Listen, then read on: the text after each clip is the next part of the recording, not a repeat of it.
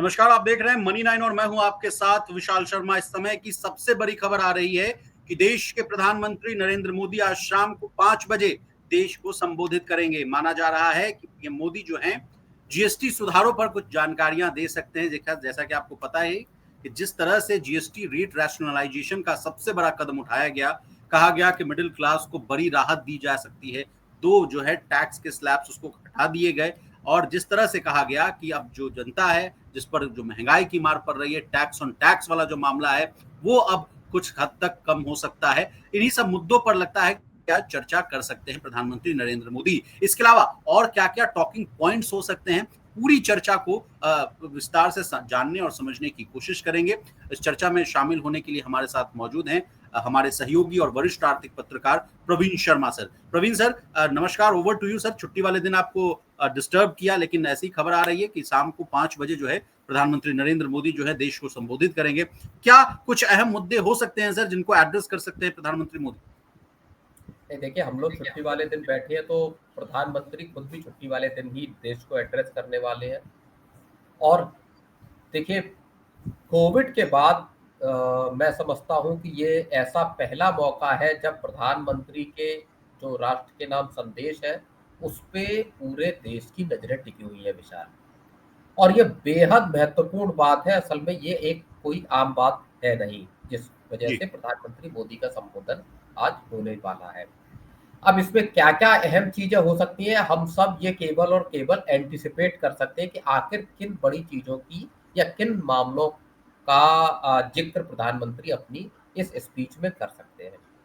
जी। एक बात ये कही जा रही है, जो न्यूज़ रिपोर्ट्स में भी आ रही है बार-बार, वो ये आ रही है कि कल से जीएसटी का रोल आउट होने वाला है। जी। कल से ही नवरात्र शुरू होने वाले हैं, यानी एक तरह से कहें कि देश में फेस्टिवल सीजन की शुरुआत होने वाली है। जी। जिस एक बहुत बड़े अ, चिंता की वजह से सरकार को जीएसटी में सबसे बड़ा जो अब तक का रिफॉर्म है उसको लेके आना पड़ा, उसकी चूंकि शुरुआत हो रही है, ऐसे में हो सकता है कि प्रधानमंत्री उसकी चर्चा करें और देश को किस तरह का, या देशवासियों को या आम लोगों को, मिडिल क्लास को जो एक बड़ी राहत मिली है उसका जिक्र कर सकते हैं, देश को नवरात्रि की बधाई और शुभकामनाएं दे सकती हैं। जी। एक बड़ा मसला ये है, लेकिन मुझे लगता है कि चीजें कहीं इससे आगे की हो सकती है, इससे ज्यादा कुछ व्यापक कुछ बातें हो सकती है, क्योंकि देश इस वक्त जिन परिस्थितियों से गुजर रहा है वहां पे अगर प्रधानमंत्री आते हैं अपनी स्पीच देने, राष्ट्र को संबोधित करने, तो इसका मतलब ये है कि वहां कुछ ज्यादा बड़े फैसले सरकार के पिटारे में हो सकते हैं। जी। बाकी हम सब एंटिसिपेट ही कर सकते हैं जब तक प्रधानमंत्री विशाल अपनी स्पीच देश के आप नाम बहुत सही बात कह रहे हैं प्रवीण सर। कोई संबोधन को लेकर कहा जा रहा है सर कि किसी भी तरह का कोई भी आधिकारिक बयान जो है अभी तक आता हुआ दिख नहीं रहा है। लेकिन जैसा कि आपने कहा कि जीएसटी दर में जो बदलाव किया गया उस पर जो है प्रधानमंत्री मोदी जो है और कुछ जो है रूपरेखा जो है या प्रकाश जो है या लाइट है वो दिखा सकते हैं। सर, सरकार ने 3 सितंबर को बताया था कि जीएसटी के 5%, 12%, 18% और 28% के स्लैब को घटाकर 2 कर दिया गया है। यानी अब सिर्फ 5% और 18% का जो है वो स्लैब हो रहा है जो लगेगा। इसके अलावा कहा गया था सर कि तंबाकू हो गया, पान मसाला, कार्बोनेटेड ड्रिंक्स और लग्जरी सामान जैसे कि बड़ी कारें, यॉच और पर्सनल इस्तेमाल के लिए जो विमान है उस पर 40% का स्पेशल टैक्स लगेगा। यानी जो सिन टैक्स वाला जो मामला था उसको भी मैंने बहुत ही आसान भाषा में अपने व्यूअर्स को बताने की कोशिश की है। लेकिन कुछ सामान जैसे प्रवीण सर छेना हो गया, पनीर, रोटी, चपाती, पराठा, इस पर अब किसी भी प्रकार का कोई टैक्स नहीं लगेगा। यानी तंबाकू को छोड़ दें प्रवीण सर तो नई दरें जो हैं सभी सामानों पर कल से यानी 22 सितंबर से लागू होने वाली है। तो सबसे पहले आपसे समझना चाहेंगे विषयवार तरीके से सर, पॉइंट बाय पॉइंट हम लोग आपसे समझने की कोशिश करते हैं प्रवीण सर कि देखिए टैक्स स्लैब बदलने से क्या फायदा हो रहा है, क्या नुकसान हो रहा है मिडिल क्लास को या तमाम जो 140 करोड़ की आबादी है उसको क्या हो रहा है, वो आप समझाइए सर।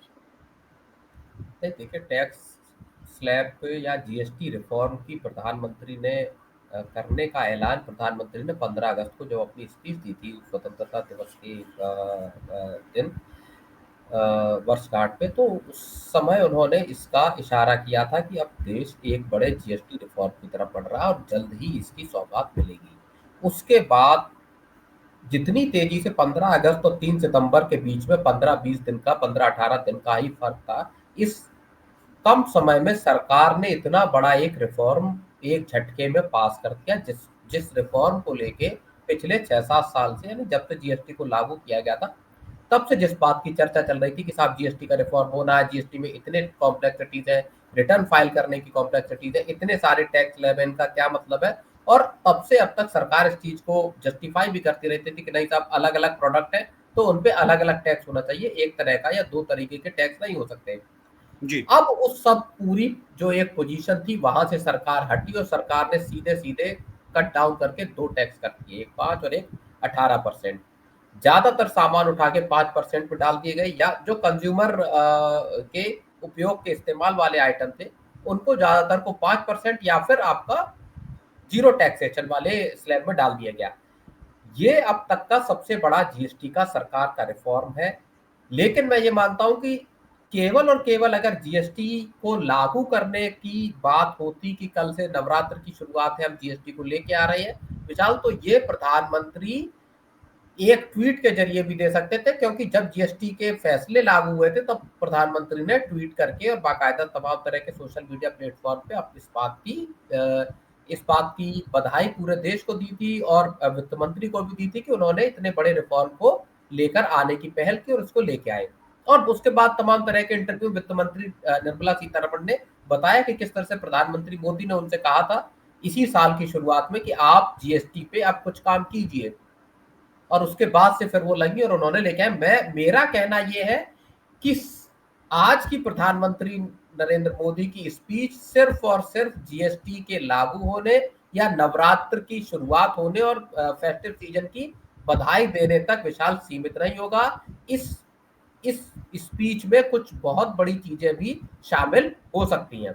जी, तो क्या आपका इशारा सर, जो ट्रंप प्रशासन ने जो नए H1B वीजा आवेदकों पर जो सालाना जो शुल्क है, जो एनुअल फीस है, उसको जो बढ़ाकर, मुझे जहां तक सही याद आ रहा है सर, 1 लाख अमेरिकी डॉलर, यानी करीबन अगर इस रुपए को अगर आप कन्वर्ट करते हैं इंडियन करेंसी में सर, तो 88 लाख रुपए कर दिया है।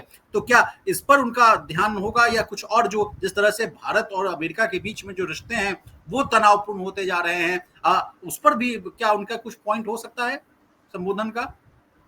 बिल्कुल, और मेरा अंदाजा इस बात का है कि कुछ प्रधानमंत्री इसी तरह के कुछ बड़े ऐलान कर सकते हैं। हो सकता है कि एक्सपोर्टर्स के लिए किसी बड़े पैकेज का ऐलान किया जाए। हो सकता है आईटी सेक्टर, चूंकि अब जिस क्राइसिस में फंसता हुआ दिखाई दे रहा है, माना ये जा रहा है कि कल मार्केट्स में आईटी स्टॉक्स में भारी गिरावट दिखाई दे सकती है।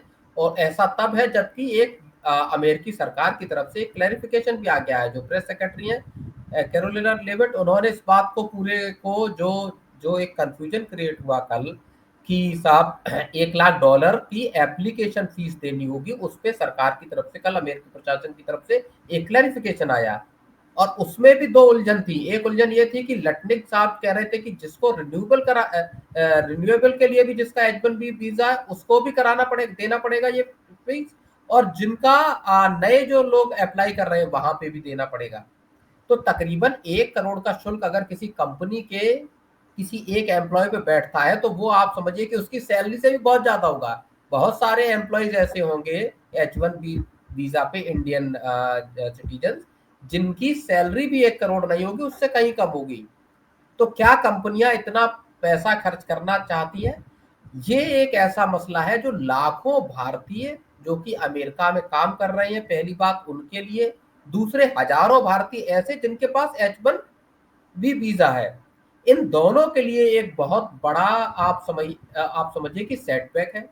इंडियन इंडस्ट्री जो आईटी इंडस्ट्री है, जो कि एक थ्राइविंग इंडस्ट्री है, देश की जो जीडीपी में बड़ा योगदान देने वाली इंडस्ट्री है, तकरीबन $100 बिलियन का आईटी का कारोबार अमेरिका के साथ है। उसके लिए जो एक बड़ा मैं कहूंगा कि एक बड़ा झटका उसके लिए है।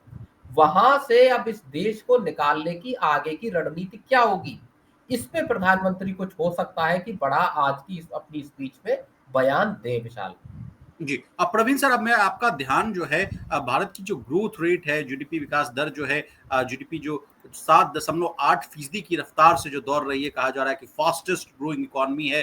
क्या इस बात को भी दोहरा सकते हैं प्रधानमंत्री मोदी कि देखिए जिस प्रकार से हमारी जो देश की अर्थव्यवस्था है वो कितनी रेजिलियंट है, और जो जिस प्रकार से 7.5 से ऊपर 7.8% की दर से हम बढ़ते हुए नजर आ रहे हैं, क्या इस बात का भी वो संबोधन में इशारा कर सकते हैं सर कि हाँ देखिए जिस तरह से हम लोग आगे बढ़ रहे हैं, अच्छा कर रहे हैं? नहीं, इस बात का इशारा कर सकते हैं कि इकोनॉमी तमाम तरीके के जो ऑब्स्टिकल्स हैं, तमाम तरीके की जो हेडविंड्स हैं, उनके बावजूद इकोनॉमी अच्छा परफॉर्म कर रही है। पहली तिमाही के नतीजे हो या जीएसटी के कलेक्शन के नंबर हो, दोनों में सरकार अपना जिस तरह के भरोसेमंद स्थिति है उसको बता सकती है। S&P की हो चाहे फिच की हो, इस तरह की जो रेटिंग एजेंसियों ने भारत की रेटिंग को अपग्रेड किया है या स्टेबल बताया है, वहाँ उसका भी ज़िक्र हो सकता है। लेकिन समस्याएँ दरअसल अब इससे ज़्यादा बढ़ती हुई दिखाई दे रही हैं। और देखिए ये बड़ा पैराडॉक्स टाइप की सिचुएशन है, जहाँ पे कि एक तरफ राष्ट्रपति और पूरा इस मैं कहूँगा कि इस पूरी जो देश के सामने जो एक आर्थिक चुनौती पैदा हो रही है, उसकी जड़ में दरअसल अमेरिका है। पैराडॉक्स इसलिए बोल रहा हूँ कि एक तरफ राष्ट्रपति ट्रंप बोलते हैं कि प्रधानमंत्री मोदी मेरे अच्छे मित्र हैं और हम बहुत जल्दी एक ट्रेड डील की तरफ बढ़ सकते हैं। दूसरी तरफ भारत को लेके 3 ऐसे बड़ी चीज़ें हुई हैं विशाल इन पिछले कुछ हफ्तों में, बल्कि मैं कहूँगा 1 डेढ़ हफ्ते के भीतर ही, जो कि पूरे के पूरे देश के लिए एक बड़ी चिंता की बात है और उसी का संदर्भ प्रधानमंत्री दे सकते हैं। 3 ऐसी बड़ी चीज़ें हैं जो भारत को परेशान करने वाली हैं। पहला मामला आया जब चाबहार पोर्ट पे जिस तरह के रेस्ट्रिक्शंस को वेवर जो दिया गया था अमेरिका की तरफ से। देखिए, ईरान पर अमेरिकी प्रतिबंध है। ईरान के साथ किसी भी तरीके के कारोबारी लेन देन, इन सब चीज़ों को बेहद रेस्ट्रिक्टिव एक फ्रेमवर्क में अमेरिका ने और बाकी दुनिया के देशों ने वेस्टर्न कंट्रीज ने डाल रखा है।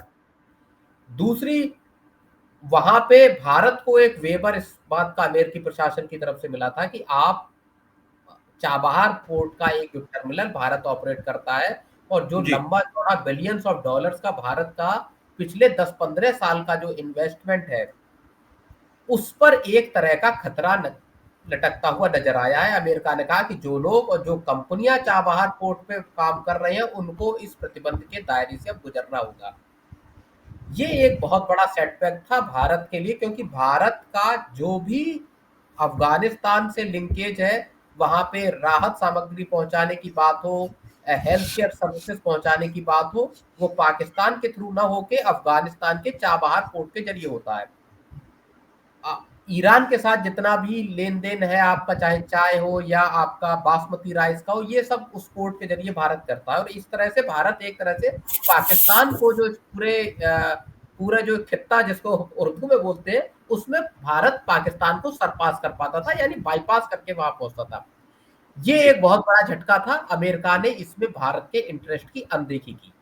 एक दूसरा फिर एक झटका तब लगा जब पाकिस्तान और सऊदी अरब ने दोनों ने मिलकर एक सिक्योरिटी एग्रीमेंट किया, जिसमें ये दोनों देशों के बीच एग्रीमेंट जो हुआ है उसमें साफ तौर पे ये कहा गया है कि अगर सऊदी अरब पे कोई हमला होता है तो वो दोनों देशों के लिए या यानी पाकिस्तान पर हमला माना जाएगा। इसी तरह अगर पाकिस्तान पे कोई हमला होता है तो वो सऊदी अरब पर हमले के जैसा देखा जाएगा। पाकिस्तान ने ये कहा कि हम सऊदी अरब को अपने न्यूक्लियर शील्ड में ले रहे हैं, यानी न्यूक्लियर न्यूक्लियर अम्ब्रेला में ले रहे हैं। अब इनिशियली तो ये बात ये दिखाई देती है कि साहब यमन के जो हूथीज हैं, वो जिस तरह के सऊदी अरब पे अटैक करते तो उनको एक सऊदी अरब पे अब जो हूथीज का अटैक होगा, वहां पे पाकिस्तान सऊदी अरब को एक सिक्योरिटी ग्रिड प्रोवाइड कराएगा। दूसरी तरफ एक जो इजराइल ने दोहा में अटैक किया और हमास की सीनियर लीडरशिप को मार गिराया, वहां पे इजराइल इस तरह का कोई मिस एडवेंचर सऊदी अरब के साथ कभी ना करे, इसलिए पाकिस्तान को इन्वॉल्व किया गया। इस तरह की जी। बात कही जाती। लेकिन इससे बड़ी चीज ये है कि अभी ही इसी मई में भारत ने पाकिस्तान पे एयर स्ट्राइक्स की। पाकिस्तान में मौजूद जो टेरर मॉड्यूल्स थे उनको नेस्तनाबूद कर दिया गया। पाकिस्तान में जो एयर बेसिस थे उनको तहस नहस कर दिया। अब कल को अगर भारत और पाकिस्तान के बीच कोई जंग छिड़ती है या किसी टेरर स्ट्राइक के बदले भारत पाकिस्तान पे कोई अटैक करता है, तो क्या सऊदी अरब उसको सऊदी अरब पर अटैक के तौर पर लेगा? क्या भारत और सऊदी अरब के रिश्ते खराब होंगे इस चीज को लेके? ये एक मसला। और तीसरी चीज जो कही जा रही है वो ये कहा जा रहा है कि पाकिस्तान और सऊदी अरब के बीच ऐसी कोई डील बिना अमेरिकी एंडोर्समेंट के, या ऐसा नहीं हो सकता कि पाकिस्तान और सऊदी अरब के बीच सिक्योरिटी पैक्ट हो और उसकी जानकारी अमेरिका को न हो। तो दूसरा बड़ा मसला ये था। और तीसरा बड़ा मसला हम सबके सामने, जहां H1B वीजा को लेके अमेरिका की जो रेस्ट्रिक्शंस है वो पूरे आईटी सेक्टर पे विशाल भारी पड़ सकते हैं। तो इस पूरे बैकड्रॉप में भारतीय प्रधानमंत्री नरेंद्र मोदी आज 5 बजे पूरे देश को एड्रेस करने वाले हैं, इसलिए ये मसला बेहद सिग्निफिकेंट हो जाता है विशाल। जी जी। हालांकि प्रवीण सर, ट्रंप प्रशासन ने कह दिया है कि H1B वीजा पर जो नया जो यानी $1 लाख का जो चार्जेस है या जो टैरिफ है या शुल्क है जो कह दीजिए, वो केवल नए एप्लीकेंट्स पर लागू होगा। अब मौजूदा जो भी वीजा होल्डर्स हैं उनको ये भुगतान यानी जो पेमेंट है ये नहीं करना पड़ेगा। साथ ही जो वीजा होल्डर्स जो हैं करेंटली अमेरिका से बाहर हैं, उन्हें अमेरिका में लौटने के लिए भी ये जो है जो चार्जेस है ये नहीं देना होगा। तो सर, जिस तरह से और ये जो ऐलान किया गया है फ्राइडे को ही, उसके बाद सर कुछ प्रतिक्रिया जो है अब परोक्ष रूप से समझिए कि प्रधानमंत्री मोदी साहब ने भी देते हुए नजर आए थे कि जिस तरह से भारत का सबसे बड़ा जो विरोधी है वो अन्य देशों पर निर्भर है। उन्होंने सेमीकंडक्टर से लेकर जहाज की मैन्युफैक्चरिंग तक के क्षेत्रों में आत्मनिर्भरता की जो बात है वो दोहराते हुए वो नजर आ रहे थे। तो जिस तरह से मेक इन इंडिया और जो इंडिजिनस वाला बेसिकली मामला है प्रवीण सर, उसको लगातार जो है प्रधानमंत्री मोदी जो है उठाते हुए नजर आ रहे हैं कि अब जो है हमें दूसरों विदेशों की तरफ देखने का जरूरत नहीं है। जिस तरह से हम बहुत बड़े बाजार के रूप में हैं, हम लोग अपने ही दम पर कंजम्पशन को उठा सकते हैं, इकोनॉमी को रिवाइव कर सकते हैं। और जितने भी विंड हैंड्स है सर, जैसा कि हम लोगों ने कोविड के समय में भी देखा था प्रवीण सर कि तमाम, और इसके अलावा सर मुझे जहां तक याद आ रहा है 2008 में सब प्राइम क्राइसिस के समय में भी देखा गया था सर, जितनी मजबूती से भारत खड़ा रहा था उतनी मजबूती से कोई दूसरा देश खड़ा नहीं था। है कि नहीं? अगर मैं कुछ गलत हूं तो सर प्लीज आप रेक्टिफाई भी कर दीजिएगा। नहीं, बिल्कुल आप बात सही कह रहे हैं कि प्रधानमंत्री लगातार इस चीज की तरफ जोर दे रहे हैं कि देश में न सिर्फ मैन्युफैक्चरिंग भारत में हो बल्कि खपत भी भारत में हो। वो बार बार इस बात का जिक्र कर चुके हैं अपनी स्पीचेस में कि आपको देश में जो प्रोडक्ट बन रहे हैं यानी घरेलू प्रोडक्ट्स का इस्तेमाल करना चाहिए। देश का सामान ज़्यादा से ज़्यादा खरीदें, विदेशी सामानों पर निर्भर कम रहे। तो एक बड़ी चीज़ प्रधानमंत्री की तरफ से ये बार बार कही जा रही है। कल भी उन्होंने कहा कि शिप से लेके चिप तक हम चाहते हैं कि सब कुछ देश में बनाया जाए। लेकिन चैलेंज इससे कहीं ज़्यादा बड़ा है और ये चैलेंज एक स्ट्रक्चरल चैलेंज की तरफ इशारा करता है विशाल। देखिए, हजारों की तादाद में अकेले और अकेले H1B वीज़ा होल्डर हैं, उनके ऊपर तलवार लटकी है। और मैं आज सुबह से और कल रात से इस तरह की रिपोर्ट्स देख रहा हूँ सर लगातार। मेरे पास एक आंकड़ा है, माफी चाहूंगा आपको रोक रहा हूं सर। आप चूंकि H1B वीजा वाले बात कर रहे हैं सर, तो H1B वीजा लेने में भारतीय जो है प्रवीण सर वो नंबर 1 में आते हैं। भारत जो है, भारत के अगर मैं माइग्रेशन पॉलिसी वेबसाइट के अनुसार मैं आपको डेटा बता रहा हूँ सर, 73% जो है वो इंडियंस हैं। उसके बाद नंबर आता है चीन का, जो 12% लोग हैं जो H1B वीजा लेते हैं। फिलीपींस 1%, कनाडा 1%, दक्षिण कोरिया 1%, और उसके बाद अन्य देशों की मैं बात करूं सर तो 12% लोग हैं जो H1B वीजा लेते हैं। लेकिन बड़ी तादाद में, जैसा कि आप कह रहे हैं सर, लाखों में भारतीय का जो है 73% लोग जो H1B वीजा लेते हैं। तो स्वाभाविक है कि जिस तरह से इन पर जो भारतीय प्रोफेशनल्स पर जो असर पड़ने वाला है वो कोई सोच नहीं सकता है। इस पर बेहतर रूप से आप ही बता पाएंगे। तो बिल्कुल, अब आप समझिए कि अगर इतना बड़ा प्रोपोर्शन है इंडियंस का H1B वीजा में, तो ट्रंप के फैसले की सबसे बड़ी मार भारत में पड़ने वाली है। और इसीलिए सरकार कल से परेशान है पूरी तरह। सरकार अपने लेवल पे जो नैस्कॉम है, जो कि आईटी इंडस्ट्री का जो एसोसिएशन है, उनके साथ लगातार सरकार संपर्क में है कि आखिर इस तरह से इस पूरी क्राइसिस से कैसे बचा जाए। एक दूसरा, सरकार ने दुनिया भर में मौजूद जितनी भी भारत की एम्बेसीज हैं, उसमें सरकार ने सारे अपने एम्बेसीज को ये मैसेज भेजा कि जितने भारतीय ट्रांजिट में हैं, जो हड़बड़ा कर वापस अमेरिका लौटने की उसमें लगे, जिसमें कहा गया था कि 21 सितंबर तक आपको अमेरिकन धरती पे पहुंचना होगा। तो उनको किसी भी तरह की मुश्किल न पेश आए, इसके लिए सरकार ने इन एम्बेसीज को बोला कि जो भी ट्रांजिट पे है भारतीय, उनको हर संभव मदद मुहैया कराई जाए। तीसरी बात ये कि भारत से जो अमेरिका के लिए डायरेक्ट फ्लाइट जाती हैं, अमेरिका के अलग अलग शहरों के लिए, वो सारी की सारी फ्लाइट संडे तक के लिए पूरी तरह से बुक हो चुकी थी। जैसे ही ये अमेरिका का फैसला आया, इतनी हड़बड़ी में लोग भारत से, चाहे बेंगलोर हो, चाहे दिल्ली हो, या दूसरे जो जगह है, जो लोग घर आए हुए थे H1B वीजा होल्डर, वो सबके सब हड़बड़ी में भाग रहे हैं कि किसी तरह से आपको 21 सितंबर की डेडलाइन तक अमेरिकन जमीन पर पहुंचना है। अब इसका जो इसमें जो रेस्पाइट आया या एक तरह की राहत आई, वो आज सुबह आई कि साहब आपको हड़बड़ी नहीं करनी, आपके पास अगर है वीजा तो आपके लिए कोई इश्यू की बात नहीं है। लेकिन ये जब तक आई तब तक तो पूरी की पूरा हड़कंप मच चुका था।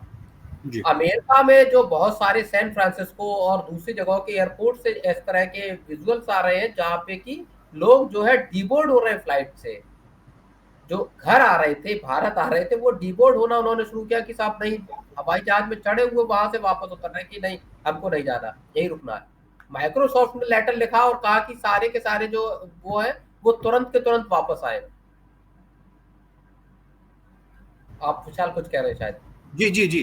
प्रवीण सर, इसके अलावा मुझे जहां तक याद है प्रवीण सर, जिस तरह से जो हम लोग देश को संबोधित करने वाली जब भी बात होती है तो जनमानस में एक तरह का हो हल्ला ये हो जाता है कि देखिए, एक समय था जब देश में नोटबंदी करने का जब ऐलान किया गया था, तब देश के प्रधानमंत्री जो है वो आए थे और देश को संबोधित किए थे। उसके बाद सर कहा जाता था कि कुछ बड़ा करने वाले होते हैं, या कुछ ऐसा लगता है कि आश्चर्यजनक जो स्थिति होती है, लोगों में कौतूहल का विषय होता है कि क्या बोल देंगे, अब क्या करने वाले हैं प्रधानमंत्री मोदी साहब। लेकिन सर इससे पहले, जब जहां तक मुझे याद है, ऑपरेशन सिंदूर के बाद देश को प्रधानमंत्री मोदी ने संबोधित किया था। मैं सही बोल रहा हूँ सर या गलत? बिल्कुल बिल्कुल। तो ये प्रधानमंत्री के संबोधन की महत्वपूर्ण चीज यही है कि देखिए, अमेरिका का जो इस वक्त जो ये फैसला हुआ है, इसका हमको ये समझना होगा कि टारगेट एक तरीके से भारत सीधे तौर पर दिखाई देता है यहाँ जी पे। जी जी अगर ट्रम्प चाहते तो इस चीज को लाने में कुछ और वक्त ले सकते थे। भारत और अमेरिका के बीच में जो ट्रेड टॉक्स है वो अभी चल रही है। पीयूष गोयल कॉमर्स मिनिस्टर है, वो अमेरिका पहुंच रहे हैं और वहाँ पे उनकी ट्रेड डील को लेकर बातचीत हो रही है। ऐसे वक्त पे अमेरिका किस प्रवीण तरह सर, की हालांकि इस ट्वीट के बाद, ट्रम्प साहब के इस ट्वीट के बाद, H1B वीजा के बाद, उन्हीं की जो है चाहू और जो है निंदा होती हुई भी नजर आ रही है। एलन मस्क साहब जो है वो कहते हुए दिख रहे हैं कि जिस तरह से स्पेसएक्स का जो निर्माण था, उसमें H1B वीजा होल्डर्स का बहुत बड़ा योगदान है, उन्होंने ही अमेरिका को ग्रेट बनाया है। और इस ऐलान को मैं बहुत ही भर्त्सना करता हूँ, मतलब विरोध करता हूँ, और ऐसे निर्णय नहीं लेने चाहिए। और वो कहते हुए भी नजर आ रहे हैं कि H1B वीजा वाले मामले पे मैं वो लड़ते हुए नजर आएंगे सर। नहीं, देखिए, अमेरिका, अब अमेरिका में इस फैसले का विरोध हो, अमेरिका के फेडरल कोर्ट में ये मामला जाएगा, वहां पे इस पूरे जो लॉ जो लेके आए हैं या जो एग्जीक्यूटिव ऑर्डर जिस पे साइन किए हैं उसकी स्क्रूटनी हो, उसमें कुछ फेरबदल हो, उसके बाद लागू हो। कुल मिला के भारत के लिए ये एक लॉन्ग टर्म के लिए ये एक झटका है। एक बात आप समझ के चलिए, चीजें अब वैसी नहीं रहेंगी जैसी चीजें पीछे से चली आ रही थी। एक बात, तो यहीं से हमारी सबसे महत्वपूर्ण चीज की शुरुआत होती है कि आखिर भारत को करना क्या चाहिए था और करना अब आगे क्या करना पड़ सकता है भारत को। तो जी इस देश की जो पॉलिसी मेकर्स हैं, उन्होंने कभी इस बात को सोचा नहीं कि जो चीजें आपकी दूसरों पर निर्भर है वहां कभी ना कभी चीजें बदल सकती हैं। हमेशा एक सा निजाम रहे, हमेशा एक सी व्यवस्था रहे, ये कभी मुमकिन नहीं हो सकता। दुनिया बहुत तेजी से बदल रही है। पिछले 15-20 साल में हमने ये देखा है, कई तरह के युद्ध, कई तरीके के जो आप कहें कि क्राइसिस इस पूरे पीरियड में आई है। तो जी इस इस इस पूरी समस्या को लेके हमने आखिर किया क्या?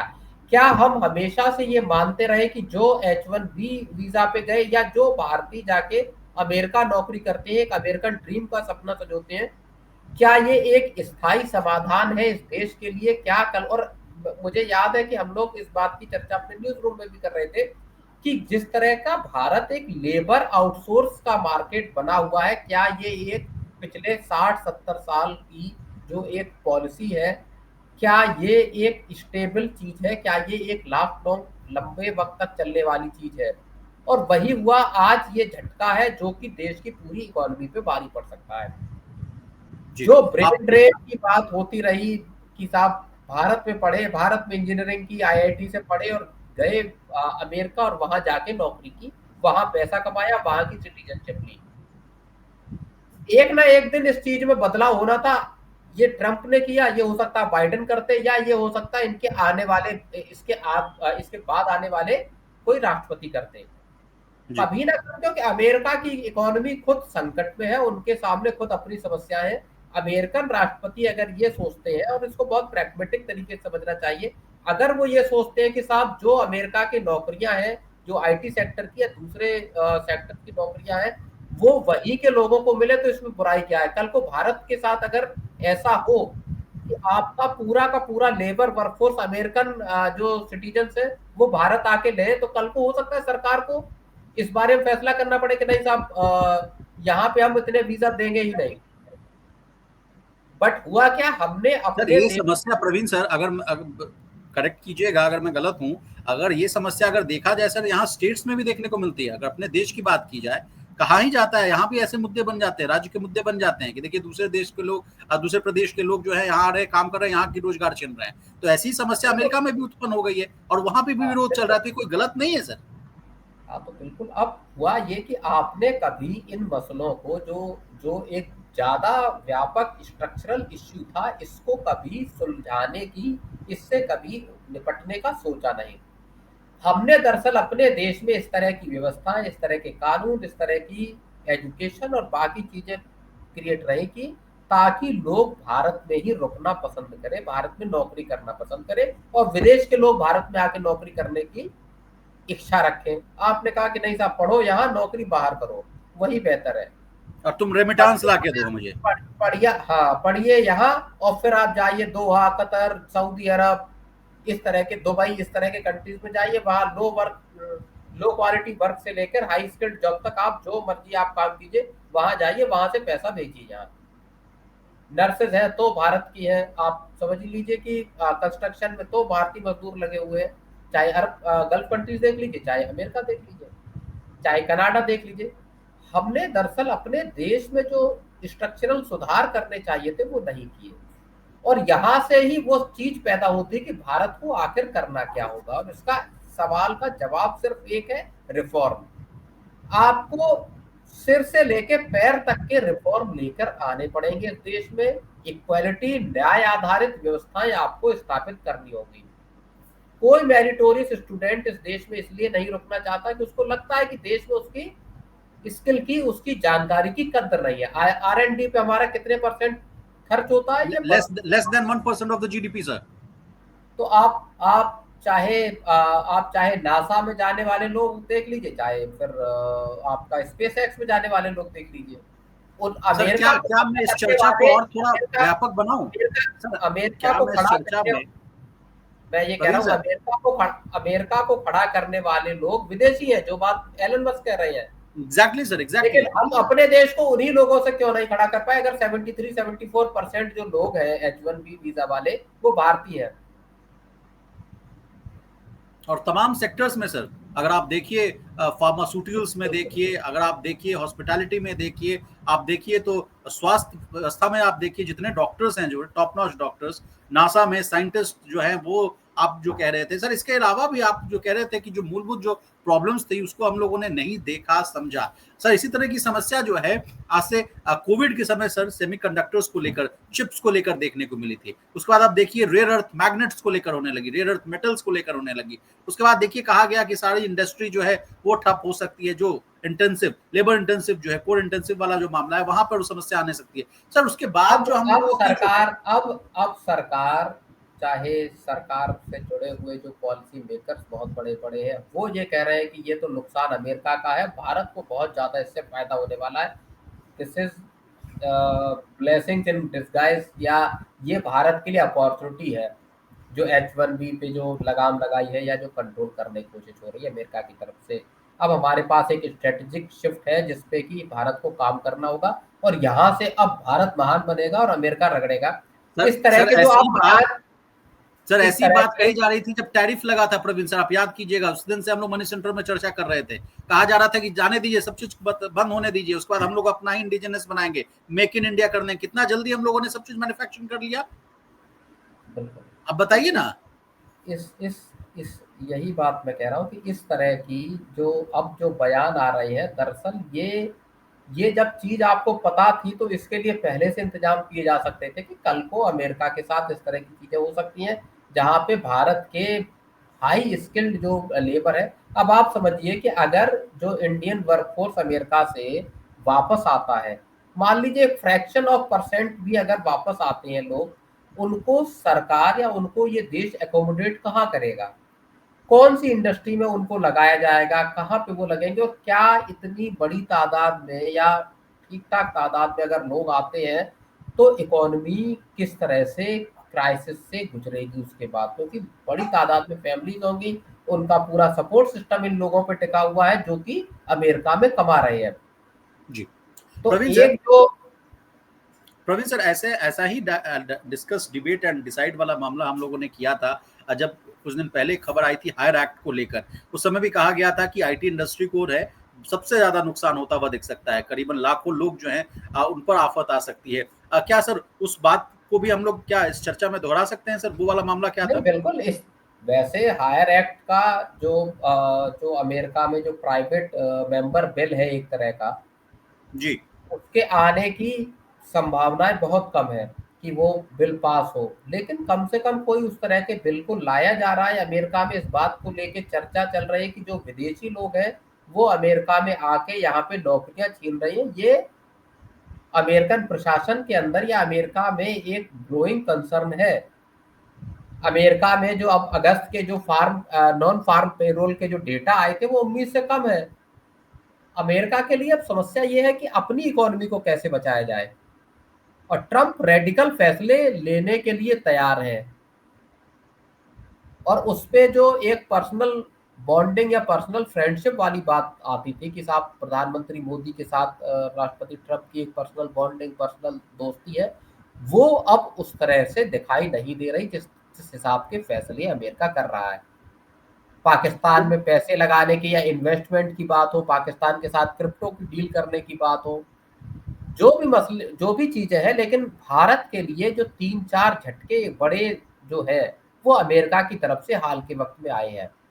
और ऐसे में जब प्रधानमंत्री मोदी अगर आज देश को संबोधित करने वाले हैं, तो हो सकता है कुछ बड़े रिफॉर्म के लिए रास्ता प्रधानमंत्री मोदी खोलते हुए नजर आए। हो सकता है देश के लिए आगे का रोड मैप बताए प्रधानमंत्री, आईटी सेक्टर के लिए क्या हो सकता है, सरकार क्या कर सकती है, हो सकता है इस बात का जिक्र करें, क्योंकि कल अगर मार्केट खुले तो ये खबर इतनी बड़ी है कि मार्केट्स में एक बड़ा भूचाल नजर आ सकता है कल बाजार में, और पर्टिकुलरली आईटी सेक्टर में भूचाल। जी आईटी इंडेक्स का अक्सर बहुत दबदबा भी होता है निफ्टी पर, तो जाहिर सी बात है, आप ठीक कह रहे हैं कि बाजार जो है भारतीय बाजार में अच्छी खासी गिरावट के साथ कारोबार होता हुआ दिख सकता है। लेकिन सर अब चूंकि इंडिया यूएस की बात चल रही है, इंडिया यूएस रिलेशंस की बात चल रही है, तो सर मैं आपसे समझना चाहूंगा कि चीफ नेगोशिएटर आए थे भारत में, उन्होंने कहा था कि बहुत सारी बातों पर हम लोगों को बातचीत करनी है और जहां मामला फंसता हुआ नजर आ रहा है उसको भी हम लोग सुलझाने की कोशिश करेंगे। तो क्या सर कुछ गाड़ी आगे बढ़ी इंडिया यूएस ट्रेड डील को लेकर? इंडिया यूएस ट्रेड डील को लेके अभी तो अब जो कॉमर्स मिनिस्टर है पीयूष गोयल, वो अमेरिका जा रहे हैं, और उसके बाद वहाँ आगे की बातचीत होगी। नवंबर तक की बात सरकार कह रही है, हो सकता है नवंबर तक कोई किसी एक छोटी डील हो सकता है कि इस दौरान हो भी जाए। लेकिन ज़्यादा बड़ी संकट की तरफ असल में बढ़ रहे हैं इस जो तमाम जो चीज़ें हुई हैं हाल के वक्त में, चाहे जियो पॉलिटिकल लेवल पे आप देख लीजिए, चाहे भारत का जो वर्कफोर्स है उसको लेके देख लीजिए। सरकार के सामने मुझे लगता है कि कोविड जैसी चुनौती एक पैदा होती हुई नजर आ रही है विशाल इस वक्त, क्योंकि उस समय भी ऐसी ही अनसर्टेनिटी थी कि आखिर दुनिया बचेगी कि नहीं बचेगी, होगा क्या। अब भारत के लिहाज से ये बातचीत है कि आखिर इस सब में भारत के सामने निकलने के रास्ते क्या हैं, और भारत, मैं आपको बताऊं, इस वक्त जो सरकार के लिए सबसे महत्वपूर्ण चीज है वो किसी भी तरह से आपको यहाँ पे रिफॉर्म्स का एक दौर शुरू करना होगा, बिना परवाह इस बात की किए कि इसके पॉलिटिकल जो गेन्स एंड लॉसेस है वो क्या होंगे। सरकार को बड़े रेडिकल रिफॉर्म करने होंगे इस देश की ब्यूरोक्रेसी से लेकर इस देश के एजुकेशन सिस्टम तक। अब आप अंदाजा लगाइए इस बात का, और इस बात को इस बात से लिंक कीजिए कि राजस्थान में चतुर्थ श्रेणी कर्मचारी यानी चपरासी के 53,000 जॉब निकले हैं विशाल।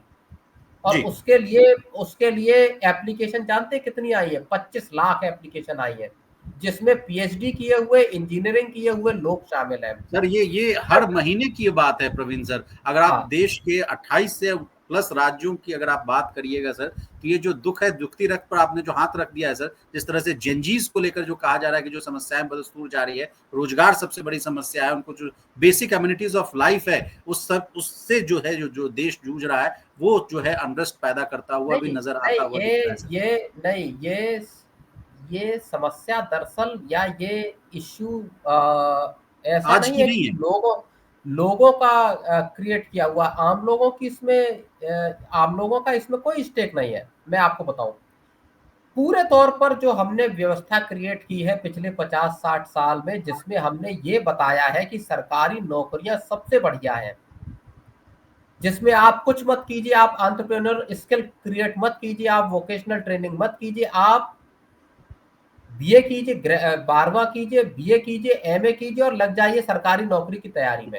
जी जी जी। क्योंकि उसके बाहर इस देश में कुछ होने वाला है नहीं। तो इस तरह की जो एक निराशा की स्थिति पैदा की है कि जो कुछ फायदे हैं वो सरकारी नौकरी में, भले आप चपरासी बन जाइए। करने वाला अगर कोई व्यक्ति, अगर कोई युवा अगर चतुर्थ श्रेणी कर्मचारी की नौकरी के लिए जाता है, तो वो ये बताता है कि आखिर इस देश में पूरे का पूरे जो हालात है वो है किस तरह के। आप किस जी तरह से जी अमेरिका से compete करना चाहते हैं, और फिर पूरा आप समझिए ना हालात कैसे हैं यहाँ पे।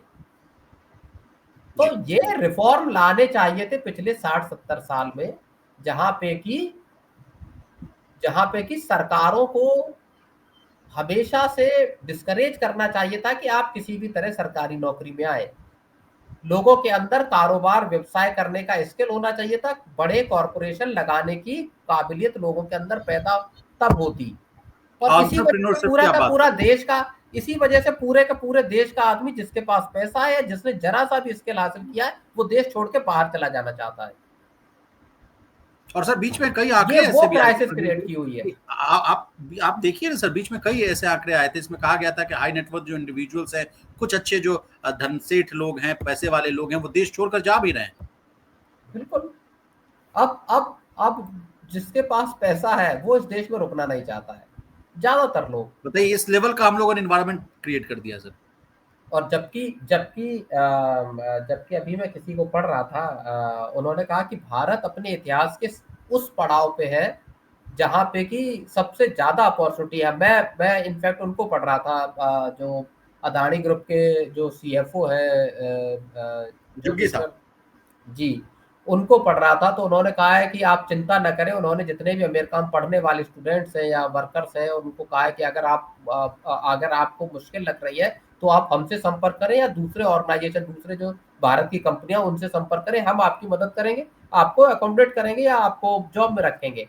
और भारत इस वक्त दुनिया की उस स्थिति में है गोल्डन जो, एरा। मतलब गोल्डन एरा सर। बिल्कुल एक ऐतिहासिक ऐसा मौका है जो शायद ही किसी देश को मिलता हो, जहां हम ग्रोथ के एक बहुत तेज ग्रोथ के एक उस पे जाने वाले हैं। एग्जैक्टली लेकिन सर, आप जिस तरह से समझिए आप कि कह रहे आप समझ लेकिन आप समझिए कि लाखों करोड़ों युवा मौजूद है इस देश में अभी, नहीं सर, जिसके यही पास यही ना बात काम तो है। मार्सलेस मार्सलेस इन्वेस्टमेंट के सौरभ मुखर्जी साहब भी कह रहे हैं कि जो जीडीपी ग्रोथ के जो नंबर्स को लेकर उनकी जो चिंता थी, वो रघुराम राजन साहब को भी मैं कोट करना चाहूंगा। वो भी कह रहे हैं कि जीडीपी के जो नंबर्स हैं, उनमें मुझे उतनी उतनी कन्विक्शन नहीं दिखती है, क्योंकि आप कह रहे हैं कि 7.8% की दर से हम बढ़ते हुए नजर आ रहे हैं, लेकिन व्हाट अबाउट एम्प्लॉयमेंट, वो रोजगार सृजन की बात करते हुए दिख रहे हैं sir. There is much more gap. तो उस मसले को भी तो एड्रेस करने की जरूरत होगी नहीं, ना सर। देखिए मैं बताता हूँ। देखिए, इसमें अगर हम ये सोचकर चले कि पिछले 10-11 साल की प्रधानमंत्री नरेंद्र मोदी की सरकार जिम्मेदार है, तो ये बिल्कुल गलत है। इस सरकार के दौरान जितने बड़े सुधार हुए, जितनी बड़ी चीजें हुई हैं, वो शायद ही पहले कभी हुई, जी, और चीजों को आपने तो दुरुस्त इसका करने आपने तो की इसका बड़ा कोशिश की अच्छा गई। उदाहरण दिया था फ्रॉम 1991 लिबरलाइजेशन, बिल्कुल, प्राइवेटाइजेशन, ग्लोबलाइजेशन के बाद। बिल्कुल। तो जितने बड़े सुधार इस सरकार में हुए हैं, उतने बड़े सुधार शायद ही हुए। इस सरकार ने ये कोशिश की है कि एक शिफ्ट आए, जहाँ पे कि लोग अपने कारोबार, अपने व्यवसाय, एंटरप्रेन्योर स्किल, इस पे फोकस करें सरकारी नौकरी की बजाय। लेकिन अब बात आ जाती है पॉलिटिकल कंपल्शन की। सरकारों के सामने जो एक एक जो राजनीतिक एक जो मजबूरी होती है, सरकारें उसमें भी फंसी हैं। हर साल इस देश में 10-5 चुनाव होने होते हैं। फिर हमने अलग-अलग तरह की अलग-अलग जो वोटर्स के वो है जो तबके बने हुए हैं, उनको आपको खुश करना होता है अलग-अलग तरह से। वहाँ सरकारें फँसी हुई हैं, और मैं ये मान के चलता हूँ, बहुत सारी चीज़ें मैं नहीं भी बोल रहा हूँ, मैं ये मान के चलता हूँ कि जब तक आप इक्वालिटी नहीं लेके आएँगे, जब तक आप न्याय संगत व्यवस्था का सृजन, क्या अमेरिका में देखिए, अमेरिका कौन जा रहा है? जो मेरिटोरियस स्टूडेंट है, जिसके पास स्किल है, वहाँ वो जा रहा है जो वहाँ की इकोनॉमी में एक बड़ा रोल दे रहा है। जो मान लीजिए 40 लाख या 50 लाख रुपए उसको सैलरी मिल रही, लेकिन वो अमेरिकन इकोनॉमी में 5 करोड़ 10 करोड़ रुपए का रोल योगदान दे रहा है। अमेरिका उसको ले रहा है, अमेरिका किसी भी अरे गहरे को नहीं ले रहा है। जी, जी। या कनाडा कर लीजिए, या ऑस्ट्रेलिया कर लीजिए, या दुनिया का कोई वेस्टर्न कंट्री कर लीजिए, वो आपको किसी किसी अनप्रोडक्टिव शख्स को अपनी सॉइल पे नहीं आने दे रहे काम करने के लिए, कि आप अनप्रोडक्टिव है और आप यहाँ आइए। रिफ्यूजीज का मान लीजिए मामला छोड़ देते हैं, तो उनकी कि आप हम आपको वहाँ इकोनॉमी में बैठा के खिलाएँगे। बिल्कुल, उनकी आप इकोनॉमी में योगदान दे रहे हैं। आप अगर 1 रुपए का आपको 1 रुपए मिल रहा है, तो आप 10 रुपए का उनको प्रोडक्शन करके दे रहे हैं। इसी तरह से काम कर रहे हैं। ये चीज़ें हमने भारत में, और इसकी एक बड़ी वजह ये है कि जो एक बार-बार कहा जाता है अमेरिकन ड्रीम, अमेरिकन सपना, पूरी दुनिया में है, ये भारत में ज़्यादा है कि अमेरिकन ड्रीम है हमारा कि किसी भी तरह अमेरिका पहुँच जाए, वहाँ सेटल हो जाए, या कनाडा पहुँच जाए, वहाँ सेटल हो जाए। उसके पीछे वजह ही ये है कि आपने इस देश में ना तो इक्वालिटी रखी, ना इक्विटी रखी, ना आपने एक जो जस्टिस ड्रिवन जो एक सिस्टम होता है भारत में। अगर अभी आप सोचें कि हमको एक बिजनेस क्रिएट करना, मुझको एक बिजनेस खड़ा करना है, तो अभी से आप शुरुआत कर लीजिए। रेड टेपिज्म का आपको पता चल जाएगा, रिश्वत का आपको पता चल जाएगा। आप झक मार के उस धंधे से बाहर निकलने की सोचोगे, बोले गलत चला गया था, इससे अच्छा नौकरी कर लेता हूँ। तो ये जी। जो नौकरी करने की कई प्रवृत्ति है। कई सर ग्लोबल कई कई घरेलू जो संस्थागत जो अगर आप ब्रोकरेज इंडस्ट्री है या कई जो रिपोर्ट्स है सर, और कई इसके अलावा भी अगर मीडिया रिपोर्ट्स भी अगर आप देखेगा प्रवीण सर, तो वो इस बात को कहते हुए दिखते हैं कि अभी भी जो है रेड टेपिज्म क्या है, जो काम करने की जो आज़ादी है, या जो आप भले ही आप कह दें कि वन विंडो क्लियरेंस वाला मामला हो, लेकिन प्रैक्टिकलिटी में अगर आप धरातल पर जाकर अगर आप देखिएगा तो वो चीज़ें नहीं पाई जा रही हैं। इसके अलावा सर प्राइवेट इन्वेस्टमेंट को लेकर भी जो केपेक्स में जो खर्चा करने वाली जो बात है, उसको लेकर भी जो समस्याएं हैं इकोनॉमी में, वो भी एक भाई अभी भी देखिए बरकरार देखिए है। देखिए, एक चीज मुझे बताइए। H1 बी वीजा का हड़कंप जिस तरह का भारत में है, क्या चीन में वैसा है? नहीं। चीन दुनिया की दूसरी सबसे बड़ी इकोनॉमी है, चीन में दिखाई दे रहा है। हम भारत में ही ऐसा क्यों है? और हुआ क्या, मैं आपको बताऊं, चीन का जो स्टूडेंट, ऐसा नहीं है कि चीन के स्टूडेंट्स की तादाद अमेरिका में कम है, जितनी भारत के हैं। हर साल ऐसा होता है, कभी चीन के स्टूडेंट्स बढ़ जाते हैं अमेरिका में, कभी भारत के बढ़ जाते हैं नंबर वाइज। चीन के जो लोग गए, वो चीन वापस लौटे, और चीन को खड़ा करने में उन्होंने योगदान दिया। लेकिन उसके पीछे ये तर्क दिया जाता है प्रवीण सर की प्रोत्साहन जो पॉलिसी है देशों की, वो बड़ी अच्छी है, ल्यूक्रेटिव है। जो वापस लाने के लिए उनके बाद उनको अच्छा पैकेज दिया जाता है, उसके बाद उनको बहुत सुख सुविधाएं दी जाती है। और भारत के परिप्रेक्ष्य में कहा जाता है कि यहाँ उस तरह की तमाम पॉलिसीज, तमाम स्कीम्स लाई गई, लेकिन वो फेल्योर साबित हुई। तो बिल्कुल, अब आप समझिए कि बेहतर लाइफ स्टैंडर्ड नहीं है, पॉल्यूशन है। दिल्ली कोई आए यहाँ पे रहने के लिए, तो आप समझिए कि उसके लिए जिंदगी के क्या हालात होंगे। जो एक अमेरिकन, मान लीजिए कोई सिटीजन अगर दिल्ली आके रहना चाहे, किसी या नोएडा रहना चाहे, तो पॉल्यूशन का लेवल ही ऐसा है कि आदमी रहना मुश्किल है यहाँ पे। तो जो लोग चले जाते हैं बाहर, वो भारत के वो लौटना नहीं चाहते। चीन के जो लोग गए, वो चीन लौटे, क्योंकि चीन में बहुत सारी चीजें भारत से बेहतर थी। चाहे कानून व्यवस्था हो, चाहे वहां पे बाकी के जो धंधा उद्योग धंधा लगाने की जो सहूलियतें हैं उन सबको देख लीजिए। इसका फायदा चीन को आज हुआ, और चीन आज इस पूरे विवाद से बाहर है कि साहब आपके जो बाहर नौकरी कर रहे हैं, मजदूरी कर रहे हैं, वो क्या करेंगे, उनको फर्क ही नहीं पड़ता। तो हमने वो सिस्टम दरअसल एक के बाद एक सक्सेसिव गवर्नमेंट्स आई और चली गई, लेकिन हमने उस सिस्टम को दुरुस्त करने की कोशिश नहीं की। बेहतर पगार, बेहतर जीवन स्तर अगर होता तो लोग क्यों बाहर जाते। अब आप अचानक से कह रहे हैं कि नहीं साहब ये भारत के लिए once in a lifetime movement है, यहां से अब हम देश खड़ा कर लेंगे, तो ये सब काम आप 70 साल में भी कर सकते थे। ये काम आप 90s से भी शुरू कर लेते तो आज देश की सूरत कुछ अलग होती। और इसीलिए मैं कहता हूं कि इस वक्त जो कोई एक चीज है, वो सरकार को बेहद रेडिकल रिफॉर्म की तरफ आगे बढ़ना पड़ेगा, बिना ये सोचे कि इसके पॉलिटिकल गेन्स या लॉसेस क्या होंगे। जी जी। तो चलिए प्रवीण सर, अब शो को हम लोग वाइंड अप करते हैं, लेकिन अभी जो हमारे साथ व्यूअर्स जुड़ रहे होंगे उनको मैं बता दूं कि प्रधानमंत्री नरेंद्र मोदी आज शाम को 5 बजे देश को संबोधित करेंगे। माना जा रहा है कि प्रधानमंत्री मोदी जो है जीएसटी सुधारों पर जानकारी दे सकते हैं। इसके अलावा कहा जा रहा है ये भी कि कल से जो नवरात्र की शुरुआत हो रही है उस पर भी उनका कुछ वक्तव्य आ सकता है। इसके अलावा प्रवीण सर ने भी कहा कि जिस तरह से जियो पॉलिटिकल टेंशन और जिस तरह से जो न्यू वर्ल्ड ऑर्डर की तरफ बढ़ रहा है भारत, उस पर भी कुछ उनकी जो है टिप्पणी आते हुए देख सकते हैं हम लोग। तो प्रवीण सर, अगर कुछ कंक्लूड करना चाहे तो आपका क्या कोई कंक्लूडिंग रिमार्क हो तो प्लीज दे दीजिए, उसके बाद हम लोग शो को वाइंड अप कर देंगे। नहीं, देखिए, एक क्राइसिस के दौर में भारत है इस वक्त, या एक कहूँ मैं कि एक जो ये भारत का संक्रमण काल है, जिसको कहा जाता है ट्रांजिशन फेज है, जिससे भारत इस वक्त गुजर रहा है। यहाँ सरकार के पास दरअसल मौका है, देश के लोगों के पास मौका हो या ना हो विशाल, जहां सरकार कुछ ऐसे फैसले ले सकती है जो अगले 25 से 30 साल या 40 साल में इस देश की पूरी तस्वीर बदल सकता है। और ये काम अगर कोई कर सकता है, मैं फिर बहुत कन्विक्शन के साथ इस बात को कह रहा हूं कि अगर इस काम को कोई कर सकता है तो वो सिर्फ प्रधानमंत्री नरेंद्र मोदी कर सकते हैं। उनके अंदर ये राजनीतिक इच्छा शक्ति है कि वो कुछ बहुत बड़े फैसले ले सकते हैं, जिनसे इस देश की तस्वीर और तकदीर दोनों बदल सकती है विशाल। जी जी। और हो अगर सकता है पांच कि आज का जो संदेश है, इसमें इस बात के कुछ गहरे संकेत शामिल हो विशाल।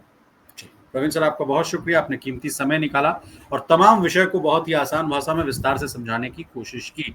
तो इसी तरह देश, दुनिया और बिजनेस जगत से जुड़ी तमाम ताजा तरीन खबरों के लिए बने रहिए हमारे साथ और देखते रहिए Money9. Thank you so much Praveen sir.